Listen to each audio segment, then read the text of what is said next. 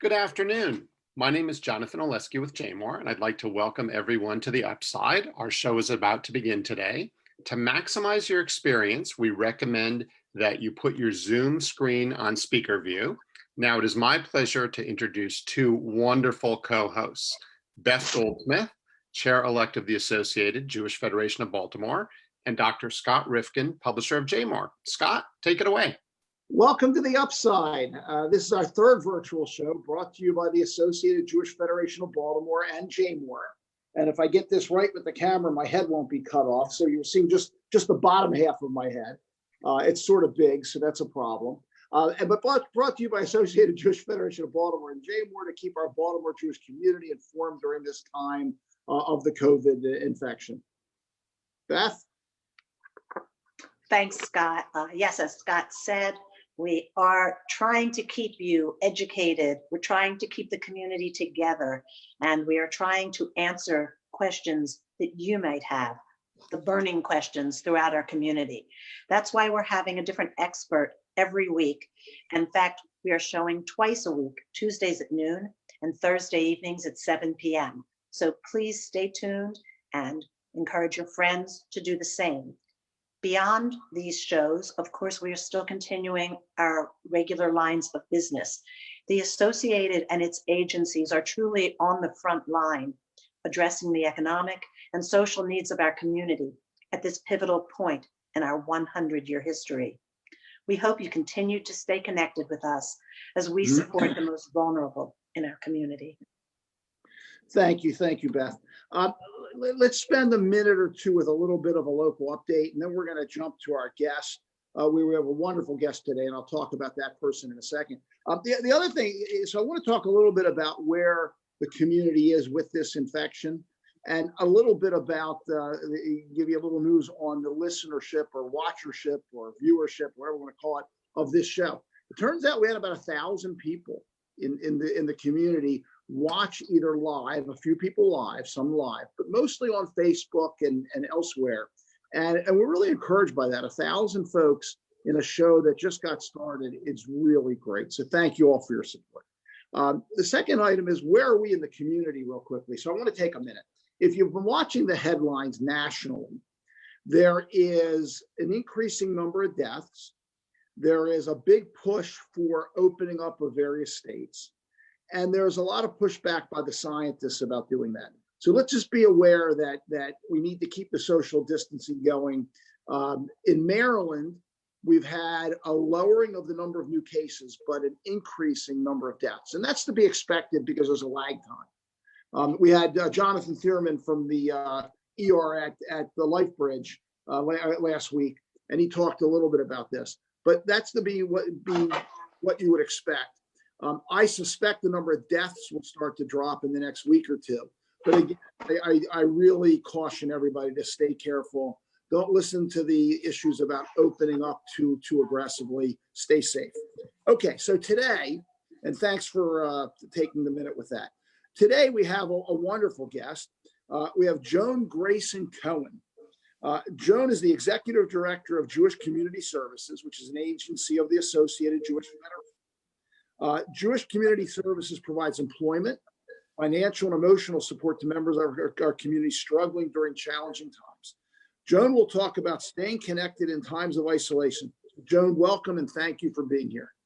Thank you so much, Scott. It's a pleasure to be here with you. Beth, do you want to? All right, I'll start the flow then. Joan, it's great to see you. I wish we could be in the same room as we're so used to being. So I guess we'll start at the basic. What are you seeing at JCS when it comes to how people are reacting to social isolation? So Beth, great question. Scott, I'm going to go back to what you spoke about, social distancing. So social distancing has been excellent in reducing the numbers of COVID-19 viruses. But what it has done is escalated people's emotional and mental well-being. And that is really what we're seeing. So we started to provide all of our services remotely as of March 17th. And in the first 6 weeks alone, we received about 900 calls. And many of those calls were as a result of increased stress, anxiety, feelings of isolation for those people who may have never experienced that before. And we also received lots of calls from relatives worried about their, especially older adults living in their homes alone. Do they have the things that they need to eat, to have medication? How are they doing feeling alone? And those older adults themselves have called with lots of concerns about how they will survive during this time. So I mentioned on the show last week that the head of the emergency room at Columbia Presbyterian, or one of their hospitals up in New York City, committed suicide after having to make critical decisions on who got a ventilator, who didn't get a ventilator in that ER. Tell me a little bit about your interaction with healthcare workers, and not just healthcare workers, but the other people that are going out. Some of us are fortunate and able to stay totally isolated, but there's a lot of people who get on a bus to go to work every day, or are working in a crowded environment where they have to go to work. Talk a little bit about your interactions with those kind of folks, if you would.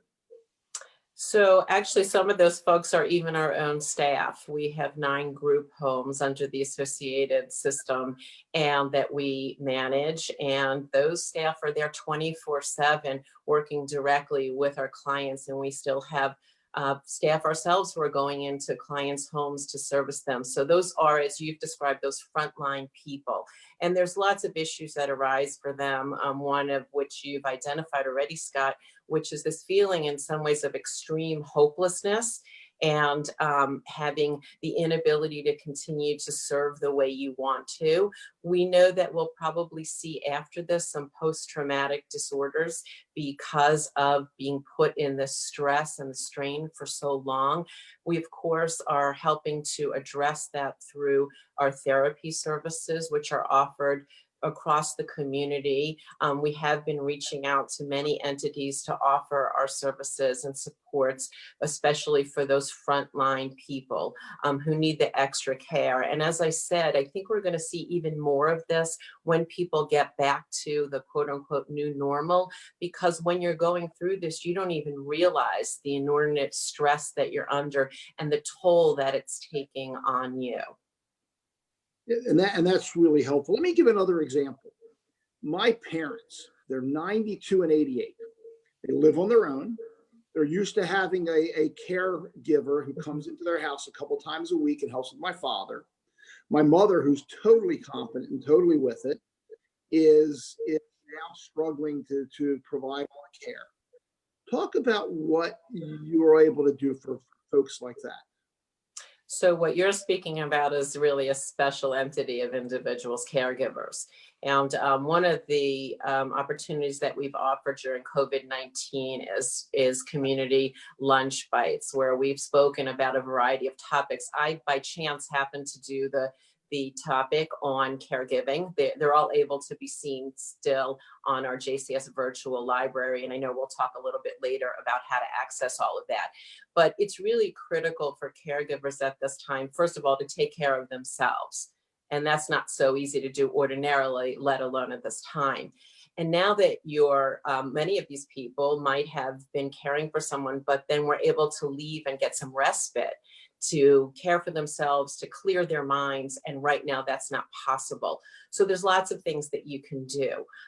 One is, if your loved one can be alone for a little bit, take at least 20-minute intervals throughout the day to get away from that individual, to have some time by yourself, whether it's to read, to listen to music, to just take a walk outside if you can. If you can't leave your loved one, someone you're caring for, and that has really caused a major issue, we've spoken with many individuals who are in that boat right now, then maybe there's things that you can do together.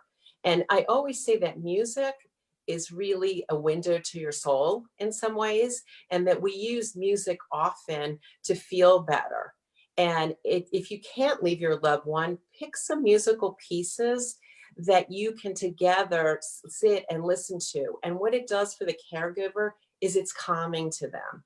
Even read a book. And if your loved one can't understand it, or they can't read with you, reading the same book, read out loud to them, engage with them. It's a way for you yourself to be calm. And the other piece is it's incumbent upon us as relatives and friends to reach out to those individuals. You know, for you, Scott, call your mom, call your dad, do Zoom and Skype meetings with them, FaceTime, so that there's human interaction even while they're stuck inside. And even when your mom might be feeling more pressures right now to care, you know, for your dad in an unusual and stressful time. And that's very helpful. Beth, feel free to jump in if you want. Otherwise, I'm going to keep badgering our nice guest. Well, yeah, I'm gonna take a turn if you'll let me, Scott. Go Thank for it. you. Go for it. Joan, yes, I know, because as I said, you know, we meet and speak pretty frequently. I know that there's some real, if we could call them successes, some very positive things happening that we are able to do. So if you could talk a little bit about one, sort of talking about working remotely, how are we treating our clients now that we can't see them in person, and also some of the things that we are doing in this community that are already bearing very positive fruit. So Beth, thank you for that opportunity. So as I said, when I first started to speak, all of our services have gone remotely. I'm incredibly proud of our staff. And that means all of our therapy services, our career services, our case management services. We're continuing, of course, to provide financial assistance. It's even needed more now than it has been. And that's true for our career services. If you pick up any paper or you listen to the news, you know, thousands and thousands of people have lost their jobs.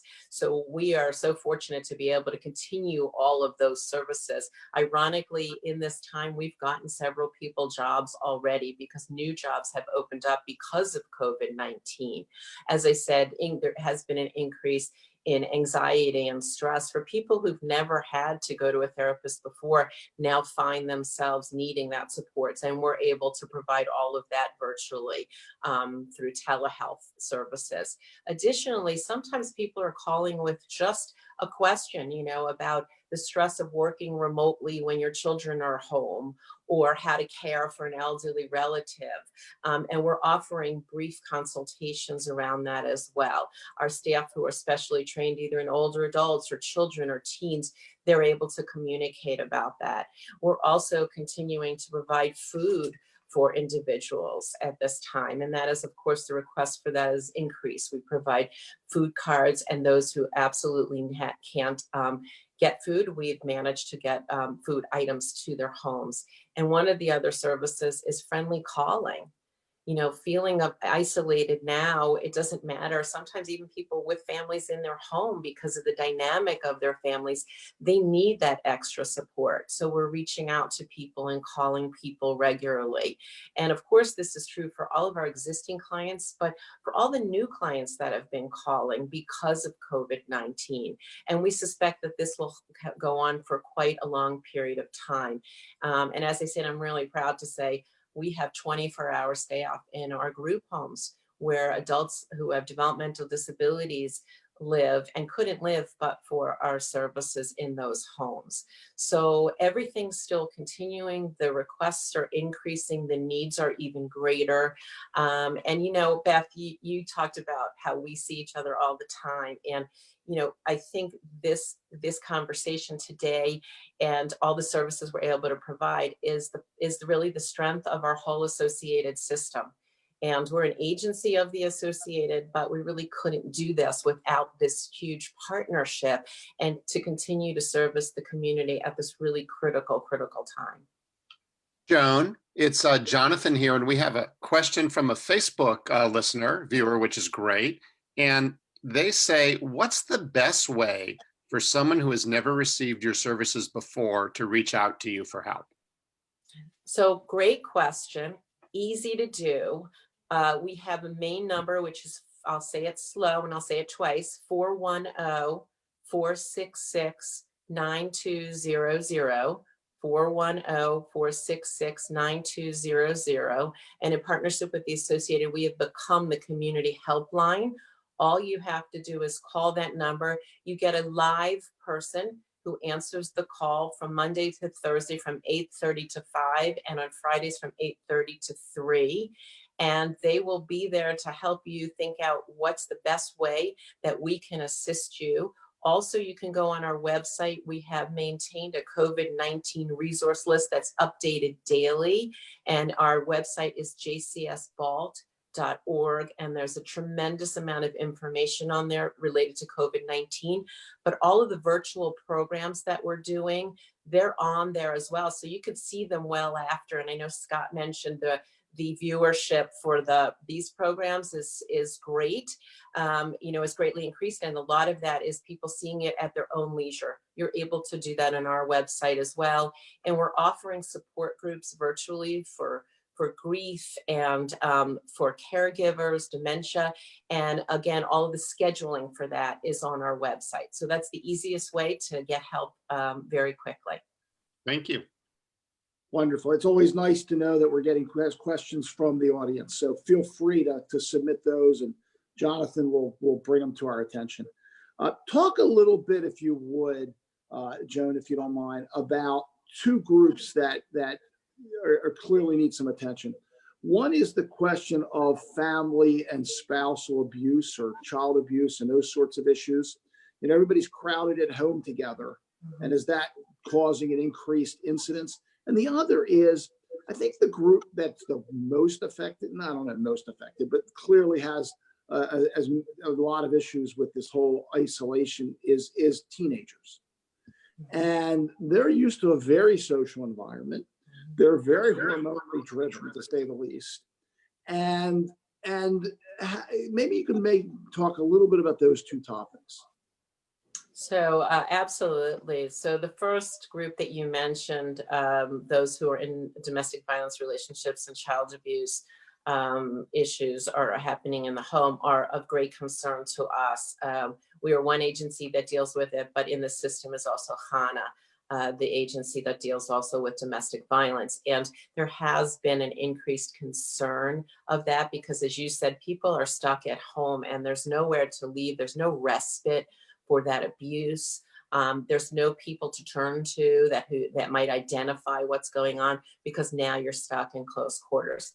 I know that recently HANA has increased their services and has created a special line so that women or men or anyone in a relationship who are abused, certain hours can call directly on a safe line. And you certainly can access that information through the HANA website.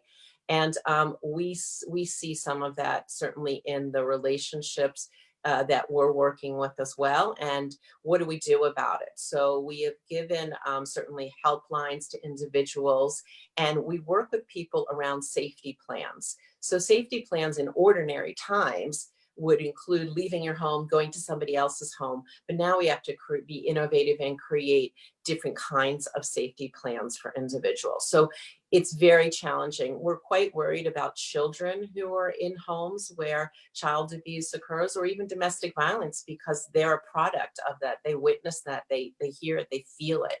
And it's much harder right now to get to those kids. So I know any of those children who are in those homes that we're still working with, we're working with them through telehealth and trying to provide some supports to them at that time. But you raise a concern that's on all of our minds.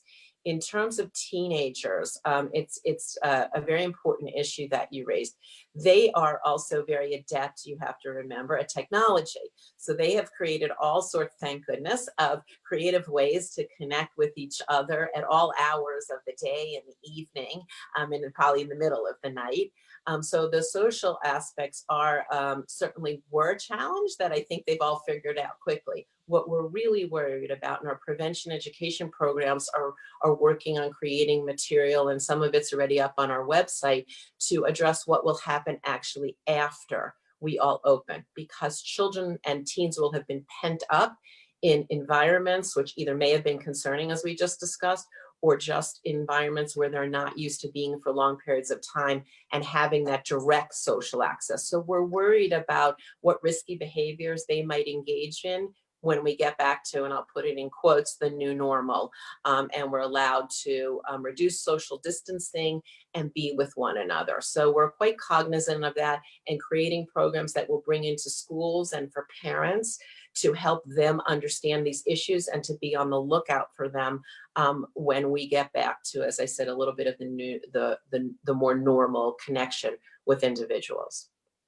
Is there a way, Joan, for us as lay people who are not trained to actually know if someone in our family or a friend is having difficulty, that perhaps they're not speaking out about it, but what signs might we be looking for to know if someone we know is actually having a problem that they haven't shared?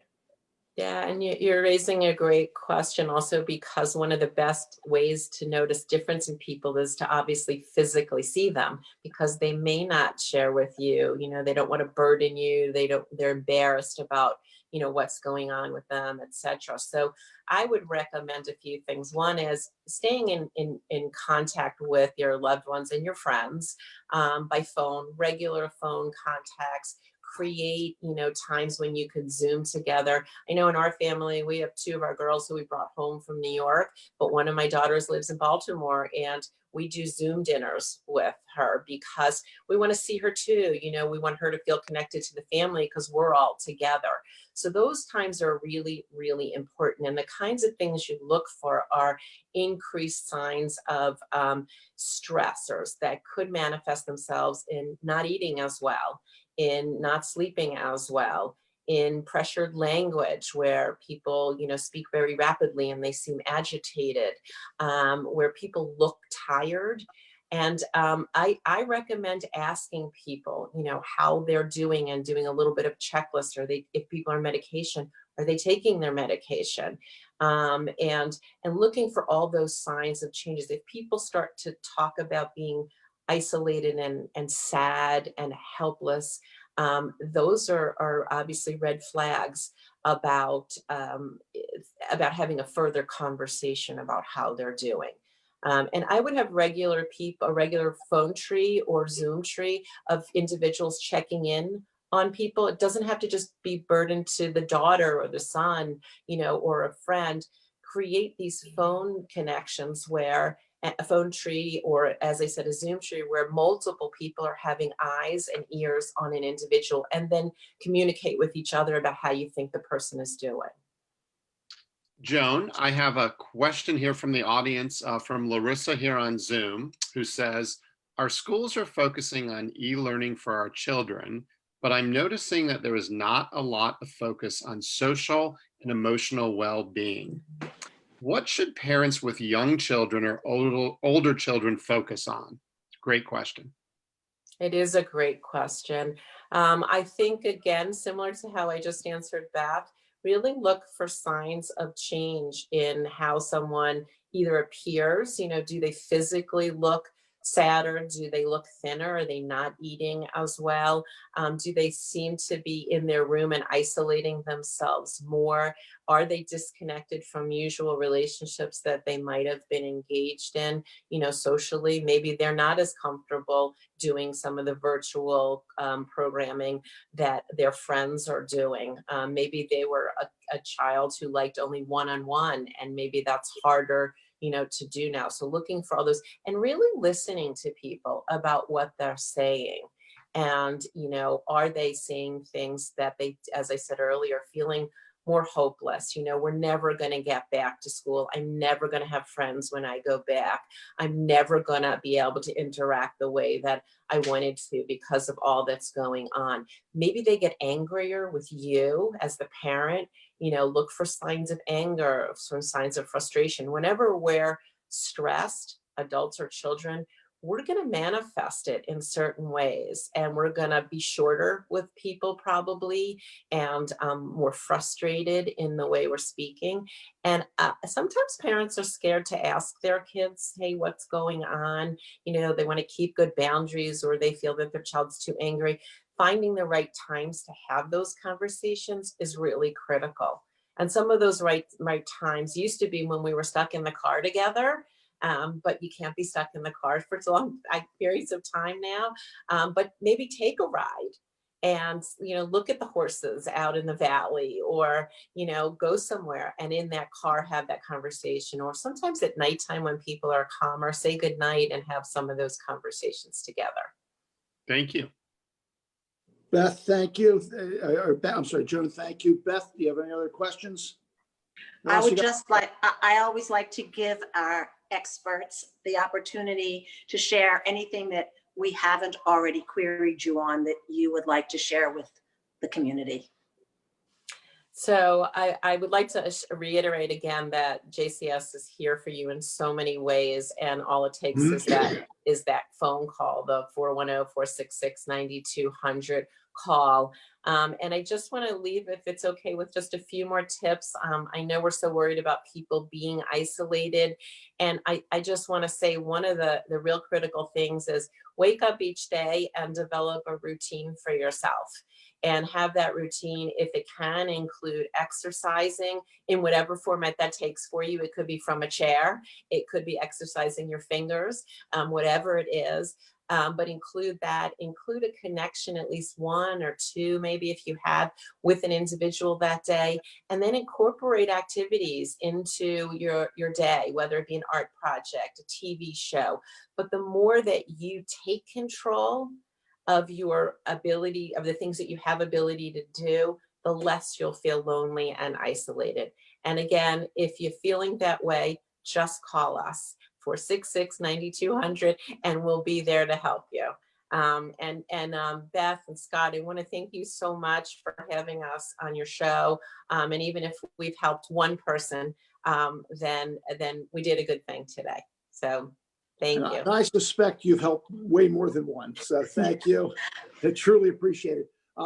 Beth is going to have some closing comments in a minute, but I did want to talk about the future for the show.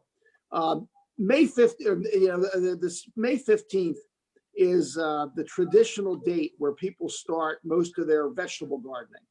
So at some point in the very near future, we'll figure out what show it is. We're going to talk about how to start a garden. Of interest, I saw a couple articles that the hobby that has picked up by far the most during this the social isolation has been gardening.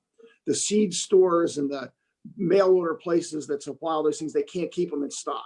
So people all over the country are seeing that as a nice family activity. And it's a neat thing to do, and gives you this feeling of life renewing itself. So gardening is kind of interesting. So we're going to have a show on that. We'll probably have a show in the very near future on the nursing homes, which is a real nidus of the infection and is going to continue to be for the near future. And many of us have relatives or friends that are in the nursing homes. It's easy to blame the nursing homes, but the reality is it's like a cruise ship or a military barracks. People live close together, and the rate of infection is tremendously high. Part of the reason the numbers have gone up nationally is they're getting a better handle on the nursing home numbers and what's going on there. So let me turn things over to Beth, and it's all yours, Beth.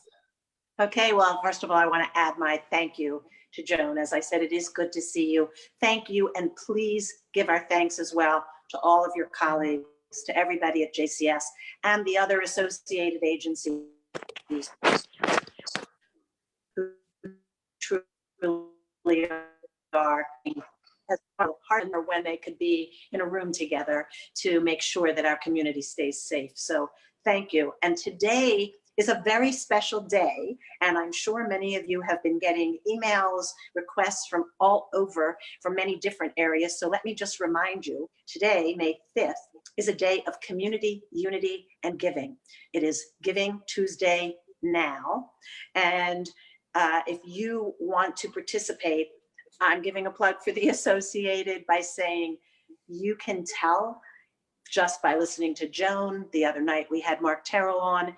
If you want to know that any dollars you contribute are really going straight to helping people in our community, the Associated is a fabulous place to make that donation. So, and I should tell you also that we have dollar for dollar match going right now. So any money you contribute will be doubled.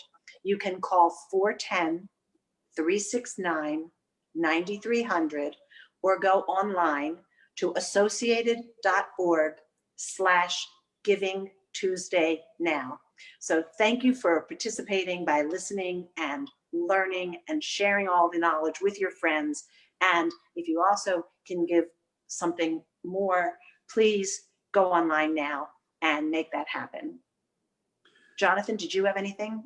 We thank you, Joan. Thank you, Scott and Beth. And remember, everyone, to join us Thursday evening at 7 o'clock for our next show. And be sure to share the show on your Facebook feed. And it was very informative. Thanks again, Joan. Thank you. Thank you. Stay well, Thanks. everyone.